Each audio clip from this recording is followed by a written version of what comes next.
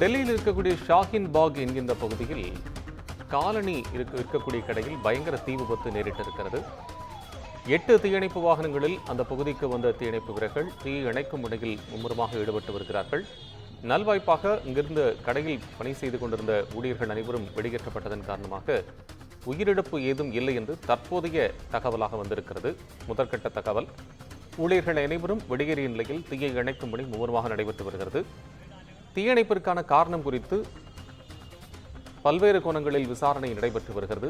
சம்பவ இடத்திற்கு 8 தீயணைப்பு வாகனங்களில் வந்திருக்கக்கூடிய தீயணைப்பு வீரர்கள் தீயை அணைக்கும் பணியில் மும்முரமாக ஈடுபட்டு வருகிறார்கள். மிகவும் முக்கியமான பரபரப்பாக இருக்கக்கூடிய பகுதி என்பதால் மிக பெரும் பரபரப்பு அந்த இடத்தில் காணப்படுகிறது. ஒரு விதமான அச்சமும் அந்த பகுதியில் நிலவுகிறது என்பதை பார்க்கின்றோம்.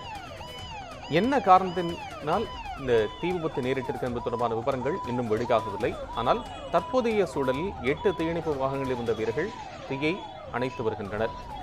உயிரிழப்பு ஏதும் ஏற்படவில்லை என்று முதற்கட்ட விசாரணையில் தெரிய வந்திருக்கிறது. ஆனால் தீ விபத்திற்கான காரணம் குறித்த அறிவிப்புகள் இன்னும் எதுவும் வெளியாகவில்லை. ஷாஹின் பாக் என்பது டெல்லியினுடைய மிகவும் பரபரப்பாக இருக்கக்கூடிய ஒரு பகுதி.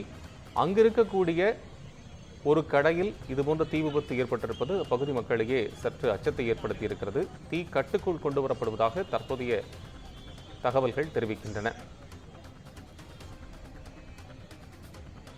கிரேன் மூலமாக தண்ணீரை பீச்சி அடைத்து தீயை அணைக்கக்கூடிய பணிகள் நடைபெற்று வருகின்றன. ஷாஹின் பாக் பல்வேறு கமர்ஷியல் மார்க்கெட் பிளேஸ் என்று சொல்லக்கூடிய முக்கியமான ஒரு பகுதியாகும். அந்த பகுதியில் இதுபோன்ற பல்வேறு காலனி கடைகள் உள்ளிட்ட பல்வேறு கடைகள், வணிக வளாகங்கள் அமைந்திருக்கக்கூடிய நிறைந்திருக்கக்கூடிய ஒரு பகுதி. இந்த பகுதியில் ஒரு காலனி விற்கக்கூடிய கடையில் தீ விபத்து ஏற்பட்டதன் காரணமாக அந்த பகுதியே பரபரப்பாக பெரும் கலைவரமாக காட்சியளிக்கிறது. தீயை அணைக்கக்கூடிய பணியில் தீயணைப்பு வீரர்கள் மும்முரமாக ஈடுபட்டு வருகின்றனர்.